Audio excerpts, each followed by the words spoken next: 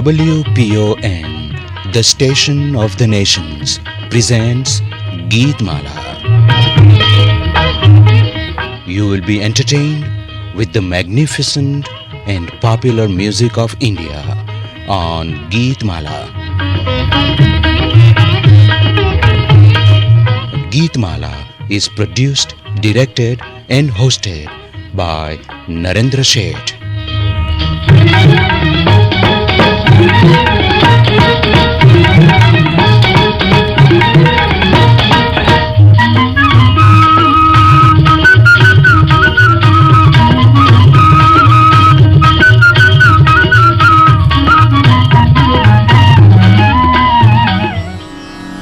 इदन्तु ते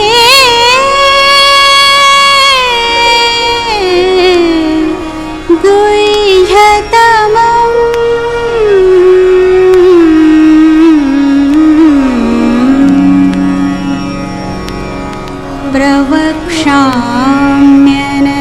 प्रवक्ष्याम्यनसूयवे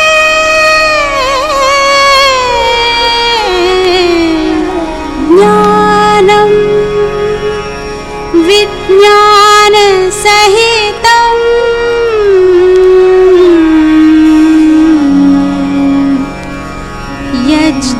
यज्ञात्वा मोक्ष्यसे शुभात्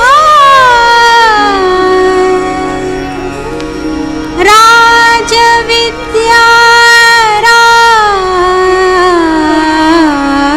राजगुह्यम्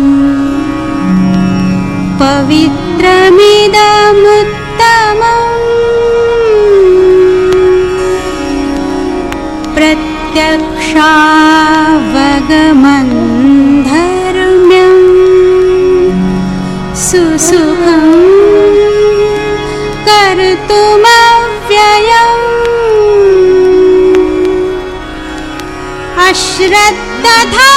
अश्रद्धधानाः पुरुषाः धर्मस्यास्य परन्तप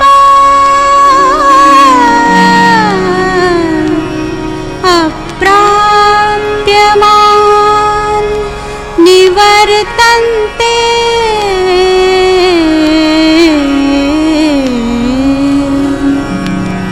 मृत्युसंसारवर्त्मनि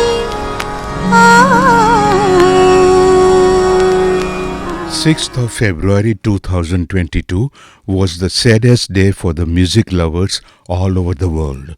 The day the Nightingale of India, the great legend of music and culture of India, Swar Kokila Bharat Ratna Lata Mangeshkar, passed away in Mumbai at the age of 92. She was born on September 28, 1929.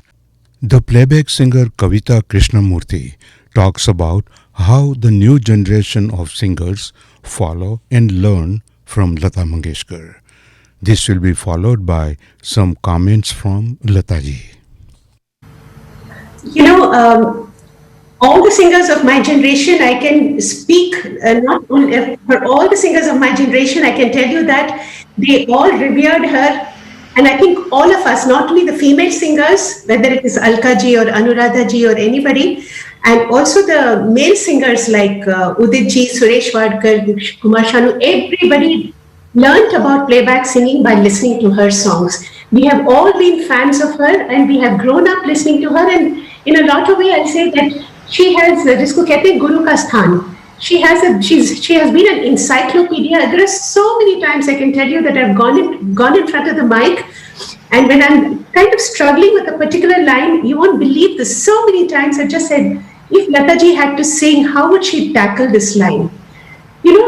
It's been amazing because there are, from romantic songs to sad songs to spiritual songs, we had a reference for everything with Lataji. For me, that Lataji was a reference for any song which I sang for Lakshmikant Pyarelal, which I must thank Hema ji and her mother Jaya Chakravarti ji. They introduced me to Lakshmikant Pyarelal, which got me into this. For 7-8 years. I sang all the songs in the studio first for the shooting for the actresses, starting with the song which I sang for Hema ji. And then Lata ji would come and then she would sing that song for the final album. And that's how I really learned how she tackled so many different lines on the way. So she's been a guru. भगवान को तो हम लोग मानते ही हैं और मैं खुद यही समझती हूँ, बल्कि मेरे घर में सभी लोग ये समझते हैं कि जो कुछ भी हमें मिला है वो उसकी ही कृपा है बस। चाहे आप उसको कुछ भी कहिए, अल्लाह कहिए या ईश्वर कहिए या यीशु ख्रिस्त कहिए, कुछ भी कहिए, मैं हमेशा उसके शरण जाती हूँ कि भाई तुम्हारी कृपा है इसलिए ये सब हो रहा है। और हम लोग भूलते नहीं हैं, दिन रात, मतलब सुबह भी मैं प्रार्थना करती हूँ, रात को भी सोने से पहले प्रार्थना करके ही सोती हूँ। अल्लाह तेरो नाम, ईश्वर तेरो नाम, अल्लाह तेरो नाम, ईश्वर तेरो नाम, सबको सन्मति दे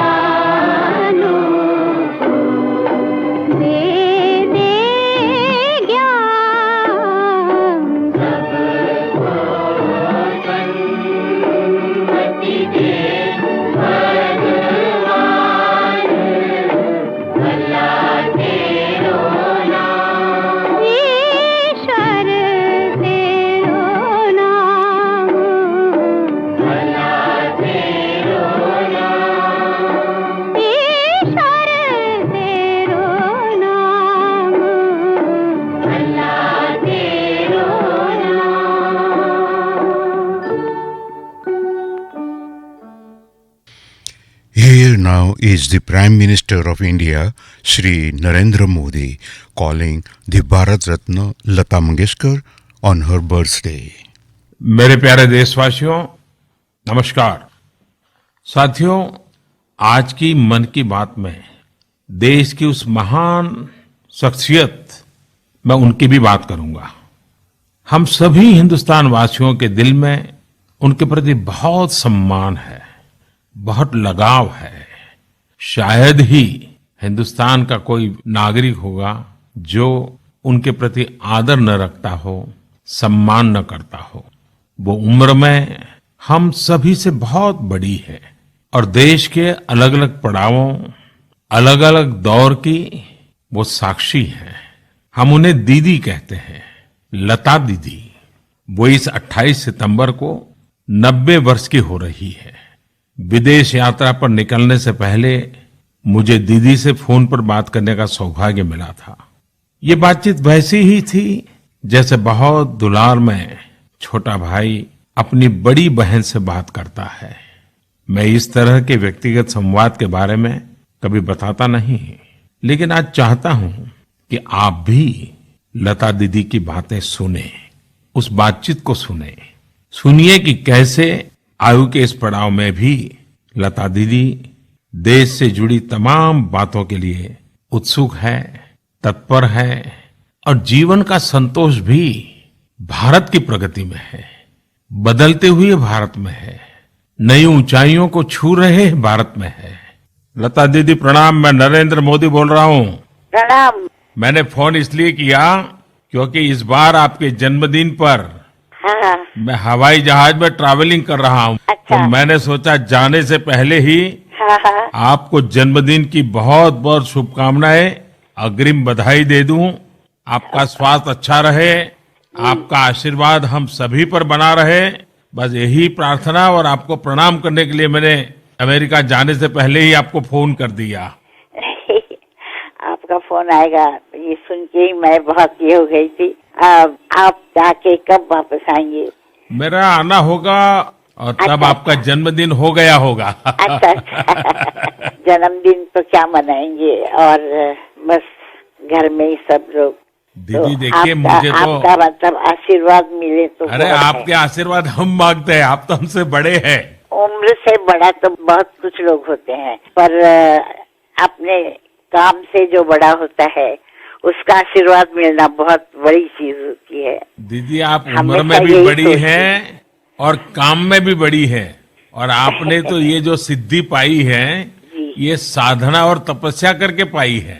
कि मैं तो सोचती हूँ कि ये मेरे माता पिता का आशीर्वाद है और सुनने वालों का आशीर्वाद है। मैं कुछ नहीं हूँ। यही आपकी नम्रता जो है, ये हम नई पीढ़ी के सबके लिए एक बहुत बड़ी शिक्षा है, बहुत बड़ा हमारे लिए इंस्पिरेशन है कि आपने जीवन में इतना सब कुछ क्लियर करने के बाद भी आपके माता पिता के संस्कार और उस नम्रता को हमेशा ही प्राथमिकता दी है। जी और मुझे तो खुशी है कि जब आप गर्व से कहती हो कि आपकी माँ गुजराती थी, जी और मैं जब भी आपके पास आया आपने मुझे हमेशा कुछ न कुछ गुजराती खिलाया। आप क्या है आपको खुद पता नहीं है। मैं जानती हूँ कि आपके आने से भारत का चित्र बदल रहा है, और वही मुझे बहुत खुशी होती है, बहुत अच्छा लगता है। बस दीदी आपके आशीर्वाद बने रहे, पूरे देश पर आपके आशीर्वाद बने रहे, और हम जैसे लोग कुछ न कुछ अच्छा करते रहे। मुझे आपने हमेशा प्रेरणा दी है, आपकी चिट्ठी भी मुझे मिलती रहती है और आपकी कुछ न कुछ भेंट सौगात भी मुझे मिलती रहती है। तो एक अपनापन, जो एक पारिवारिक नाता है, उसका एक विशेष आनंद मुझे होता है। जी नहीं, मैं आपको बहुत तकलीफ नहीं देना चाहती हूँ, क्योंकि मैं देख रही हूँ, जानती हूँ कि आप कितने बिजी होते हैं और आपको कितना काम होता है, क्या क्या सोचना पड़ता है। जब आप जाके अपनी माताजी को पाँव छू के आए, देखा, तो मैंने भी किसी को भेजा था उनके पास और उनका आशीर्वाद लिया। हाँ, मेरी माँ को याद था और वो मुझे बता रही थी। जी हाँ, और टेलीफोन पे उन्होंने मुझे आशीर्वाद दिया, तो मुझे बहुत अच्छा लगा। हमारी माँ बहुत प्रसन्न थी आपके इस प्यार के कारण। जी जी और मैं आपका बहुत आभारी हूँ कि आप हमेशा मेरी चिंता करती हैं। और फिर एक बार मैं आपको जन्मदिन की बहुत बहुत शुभकामनाएं देता हूँ। जी इस बार मुंबई आया तो मन करता था कि रूबरू आ जाऊं, जी लेकिन समय की इतनी व्यस्तता थी कि मैं आ नहीं पाया।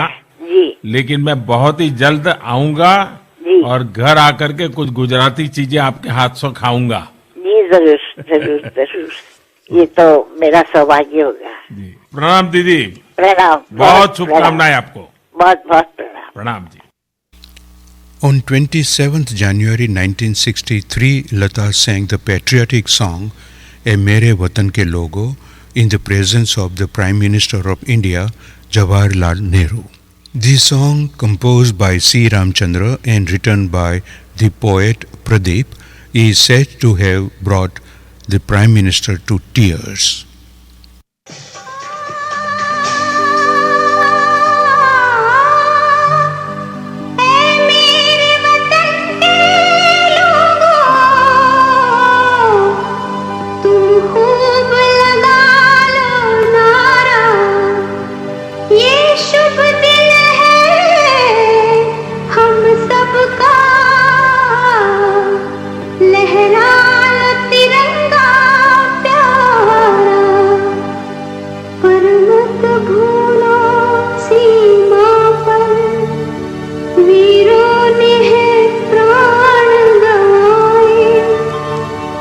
कुछ याद उन्हें भी कर लो, कुछ याद उन्हें भी कर लो, जो लौट के घर ना आए, जो लौट के घर ना आए।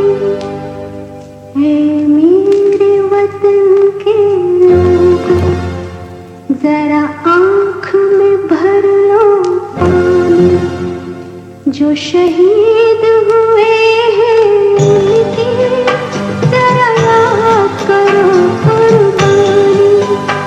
ऐ मेरे वतन के लोगों, जरा आँख में भर लो पानी, जो शहीद हुए हैं उनकी जरा याद करो कुर्बानी।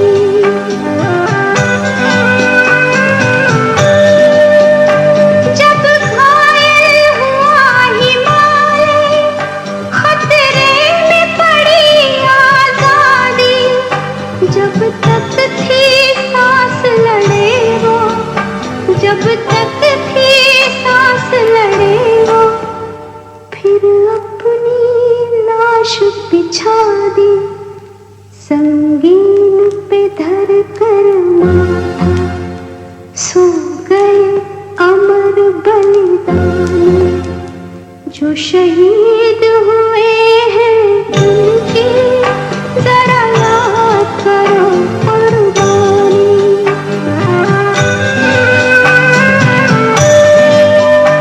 जब देश में थी दीवाली, वो खेल रहे थे होली, जब हम बैठे थे घरों में, जब हम बैठे थे घरों में, वो झेल रहे थे गोली, थे धन्य जवानों अपने, थी धन्य वो उनकी जवानी, जो शहीद हुए हैं उनकी जरा याद करो कुर्बानी।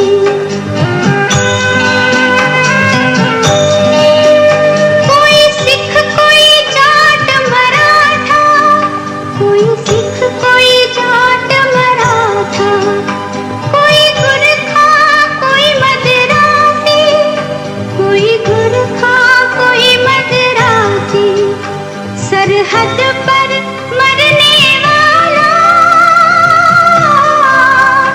सरहद पर मरने वाला, हर वीर था भारतवासी, जो खून गिरा पर्वत पर, वो खून था हिंदुस्तानी, जो शहीद हुए हैं उनकी जरा याद करो कुर्बानी।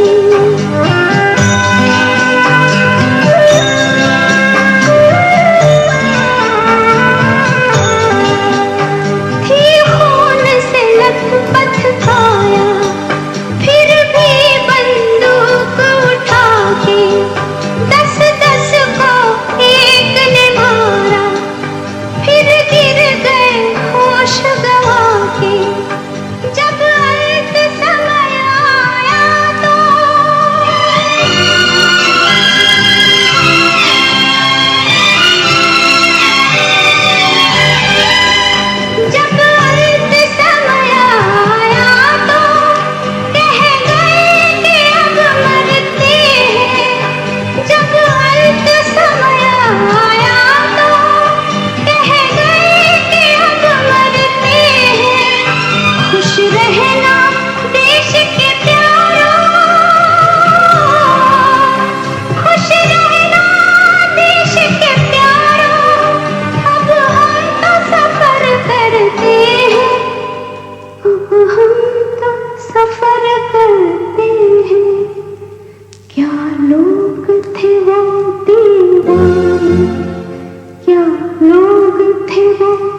स्वाभिमान जो शहीद हुए हैं उनकी जरा याद करो कुर्बानी, तुम भूल न जाओ उनको, इसलिए कही ये कहानी जो शहीद हुए हैं उनकी जरा याद करो कुर्बानी। जय हिंद की सेना, जय हिंद की सेना, जय हिंद, जय हिंद।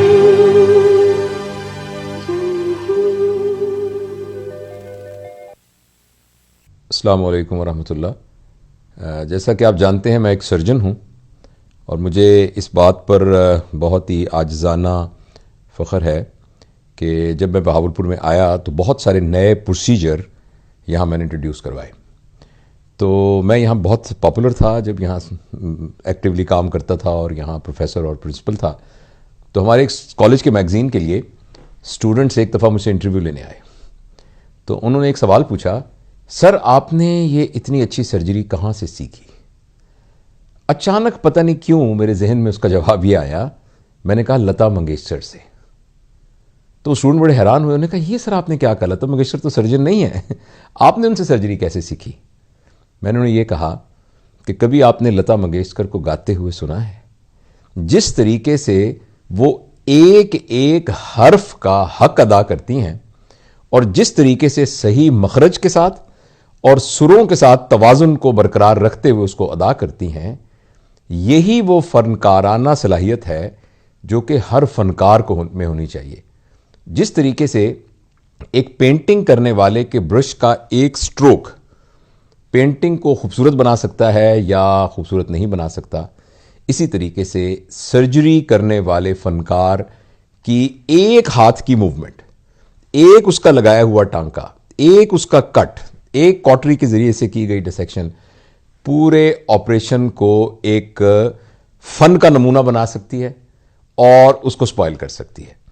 तो मुझे ये तमसील बड़ी याद है कि बहुत साल पहले मुझे जहन में ये बात आई कि जिस तरीके से लता मंगेशकर अपने फ़न के साथ इंसाफ करती है, ये वो यार्ड स्टिक है जिस यार्ड स्टिक पर कोई भी फ़न जो है वो तोला जा सकता है कि एक एक जुज़्व आपकी परफॉर्मेंस का वो बेस्ट ऑफ एबिलिटी हो, वो मैक्सिमम हो। अब आप कभी लता मंगेशकर का गाया हुआ कोई गाना सुनिएगा तो आप देखेंगे कि अगर वो छोटी हे है तो सुनने में भी आपको वो छोटी हे नजर आएगी, और अगर वो बड़ी हे है तो वो सुनने में भी बड़ी हे होगी।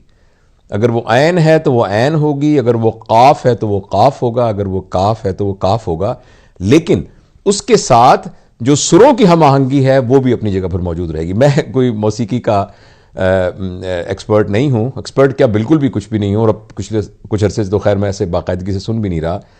लेकिन ये वो एक बात है जो लता मंगेशकर को मुमताज़ करती है। आज उनका इंतकाल हुआ तो मुझे ये बात का ख्याल हुआ कि मैं ज़रूर उन्हें ट्रिब्यूट पेश करूं, और साथ में ये भी कहूं कि बहुत अरसे से हम ये कह रहे हैं कि इंसान की ज़िंदगी बाकी तमाम जानदारों से मुख्तलिफ होती है। वो इसलिए कि बाकी जानदार सिर्फ फिज़िकैलिटी होते हैं, और जबकि इंसान जो है वो फिज़िकैलिटी भी है, इंटेलेक्ट भी है, इमोशनैलिटी भी है और स्पिरिचुअलिटी भी है। तो वो शख्स जिसकी ज़िंदगी सिर्फ जिस्म के गिर्द और जिस्म की ज़रूरियात के गिर्द घूमती रहेगी, उसको मौत मार देगी। लेकिन जितना जितना इंटेलेक्ट, इमोशनैलिटी और स्पिरिचुअलिटी को इस्तेमाल करके इस दुनिया में कुछ कंट्रीब्यूट किया जा सकेगा, उतना उतना इंसान नहीं मरेगा।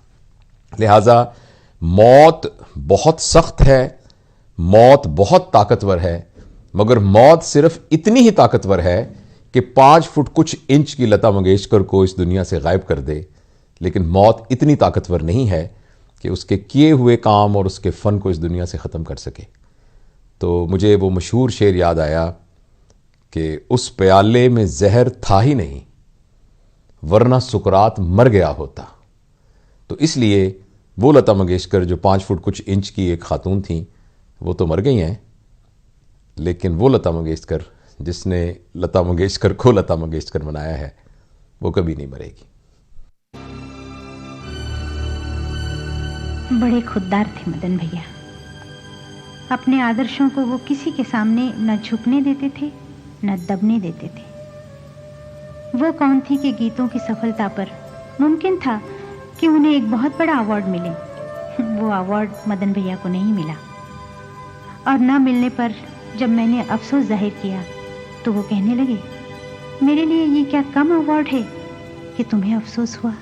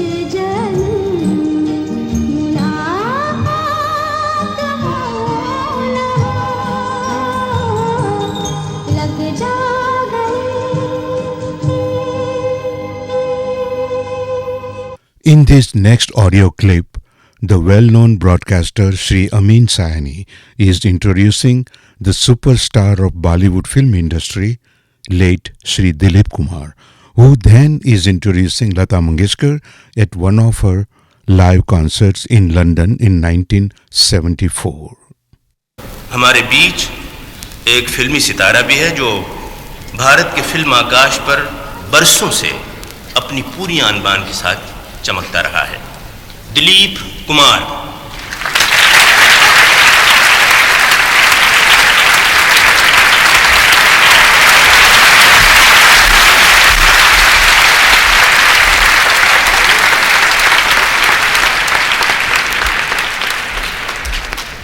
ख़वातीन व हज़रात, नेहरू मेमोरियल सेंटर के अगराज़ व मक़ासिद से आप अच्छी तरह वाकिफ़ हैं। आप हज़रात और वैसे तो तमाम दुनिया जानती है कि पंडित जवाहरलाल नेहरू एक सियासतदान से कहीं ज़्यादा महान और कहीं ज़्यादा अजीमतर इंसान थे। उनको फ़नून लतीफ़ा, जिन्हें अंग्रेज़ी में फ़ाइन आर्ट्स कहते हैं, मौसीकी या संगीत से उनको काफ़ी लगाव था। हिंदुस्तान में जब कभी भी कोई इंसानी मसला या मरहला दरपेश आया या जब कभी भी कोई आसमानी आफत या मुसीबत ने हम लोगों को आ घेरा, जब कभी भी ज़रूरत पेश आई, हिंदुस्तानी फ़िल्म इंडस्ट्री के मुख्तलिफ़ गिरोह मुल्क के मुख्तलिफ़ हिस्सों में उन्होंने नहायत बावक़ार और कामयाब इसी तरह के म्यूज़िकल कॉन्सर्ट्स पेश किए। मुझे यह कहने में फ़ख्र होता है और दरहकीकत मैं इसीलिए यहाँ आया हूँ अपना इजहार अक़ीदत पेश करने के लिए कि हमारी उस कामयाबी की रूह रवां रही हैं लता मंगेशकर।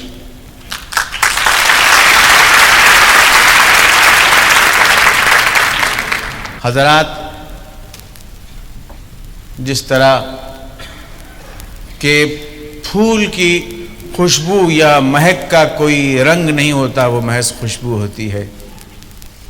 जिस तरह के बहते हुए पानी के झरने या ठंडी हवाओं का कोई मस्कन या कोई घर गांव या कोई वतन देश नहीं होता, जिस तरह के उभरते हुए सूरज की किरणों का या किसी मासूम बच्चे की मुस्कुराहट का कोई मजहब या कोई भेदभाव नहीं होता, वैसे ही लता मंगेशकर की आवाज़ कुदरत की तख्लीक का एक करिश्मा है।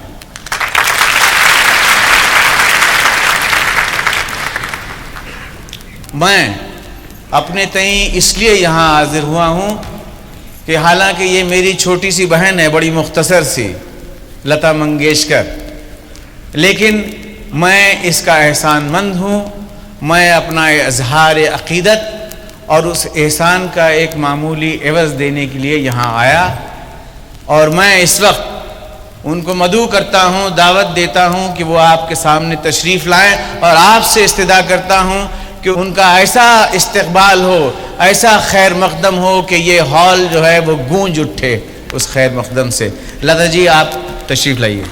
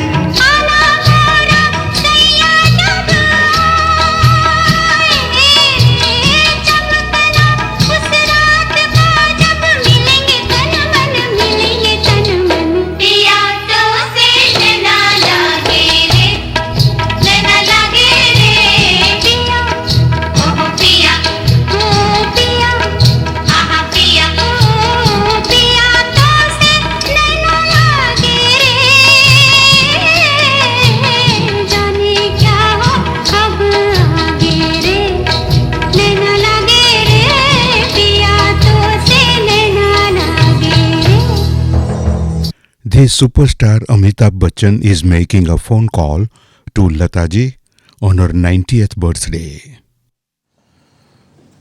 परम आदरणीय लता जी, आपको प्रणाम करता हूं, चरण स्पर्श। लता जी, जीवन में कई रिश्ते ऐसे होते हैं जिनका कोई हिसाब नहीं होता। न देने वाले जानते हैं कि क्या क्या दिया, न लेने वाले जानते हैं कि क्या क्या लिया। न कोई तोलमोल होता है, न कोई गिनती होती है, न कोई व्यवहार होता है, न कोई सीमाएं होती हैं। ऐसे रिश्ते जिनमें केवल आदर, सम्मान, अनंत प्रेम और श्रद्धा होती है, इन रिश्तों की संज्ञाएं नहीं होती। इन रिश्तों का कोई देह स्वरूप नहीं होता। ये रिश्ते अपनी परिभाषा स्वयं करते हैं।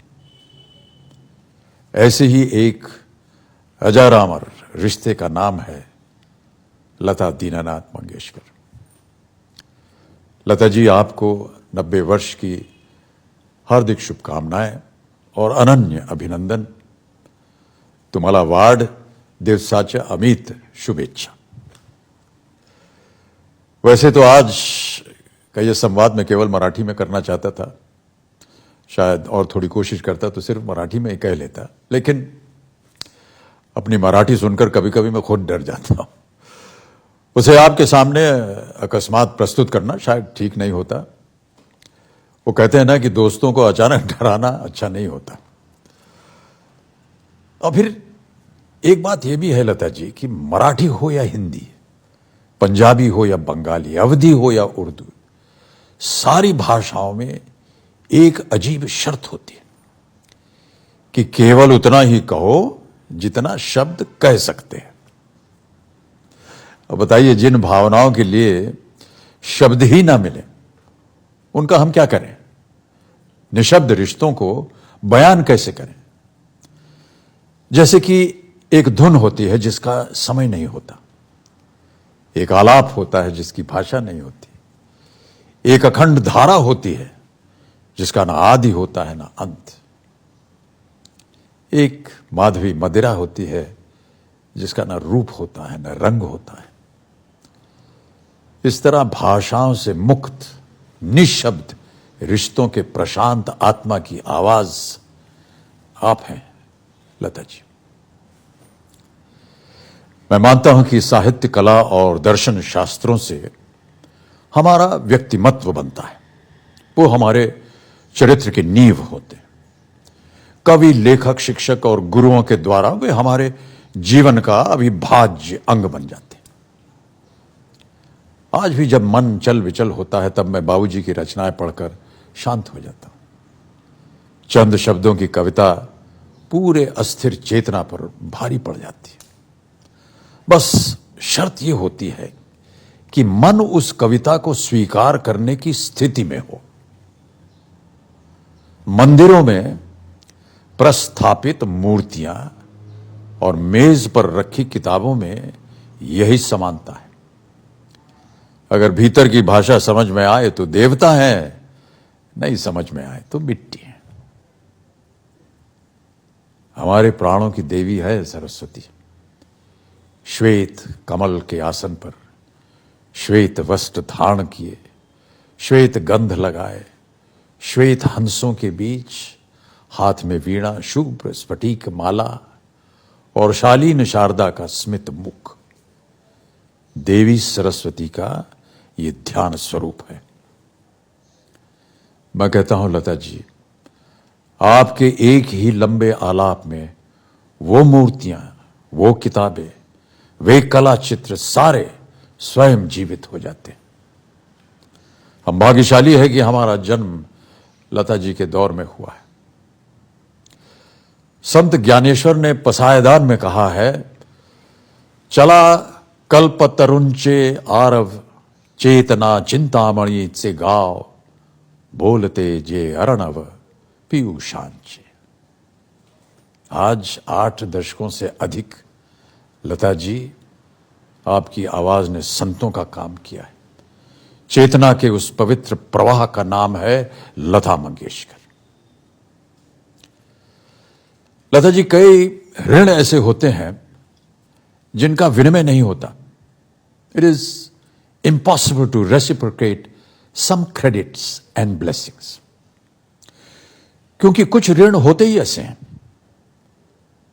जब लता जी का कोई गीत सुनता हूं, कोई गजल सुनता हूं, कोई भाव गीत और भजन सुनता हूं, तब मन अपने बंद कमरे से निकलकर लता जी की आवाज के साथ चल पड़ता है और फिर लौटकर जब वापस आता है तब उसी धुन में रहता है, उसी लय में रहता है, जैसे उसे किसी और संवेदना की जरूरत ही नहीं है।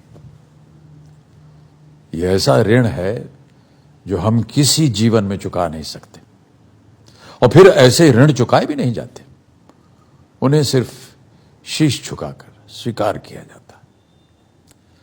मैं धन्यवाद कहूं, आभार कहूं, थैंक यू कहूं, लेकिन शब्दों से यह भावना व्यक्त नहीं होती। दैवी शक्तियों का उपकार नहीं माना जाता, सरस्वती की पूजा होती है, सरस्वती का सत्कार नहीं होता। अक्सर बाबूजी के शब्द पढ़ता हूं और स्वयं उसका अर्थ जोड़ने की चेष्टा करता हूं। यदि बाबूजी साथ होते तो घूमकर पूछ लेता, बाबूजी यहां क्या कहा है? मां होती तो उनके पास बैठकर कहता, मां सुनो मैंने आज एक धुन सीखी है। होते तो, होती तो, मगर है नहीं। 77 वर्ष में मैंने यह सीखा है कि जिन ऋणों का विनिमय नहीं हो सकता उनका सम्मान तुरंत करना चाहिए, चाहे जैसे हो सके वैसे हो, टूटे फूटे शब्दों में हो, चरण छूकर प्रणाम हो, हाथ जोड़कर नमस्कार हो, आधा अधूरा ही क्यों ना हो, लेकिन तुरंत होना चाहिए। लता जी, आपने कला के अल्प आयु को अपने स्वरों से, मधुर तारों से जोड़कर उसे अमर कर दिया है। आपके सुरों के बिना संगीत पूरा नहीं होता। आज आपके जन्मदिन के इस शुभ अवसर पर मैं अपनी असीम कृतज्ञता आपको सादर करता हूं, प्रणाम करता हूं।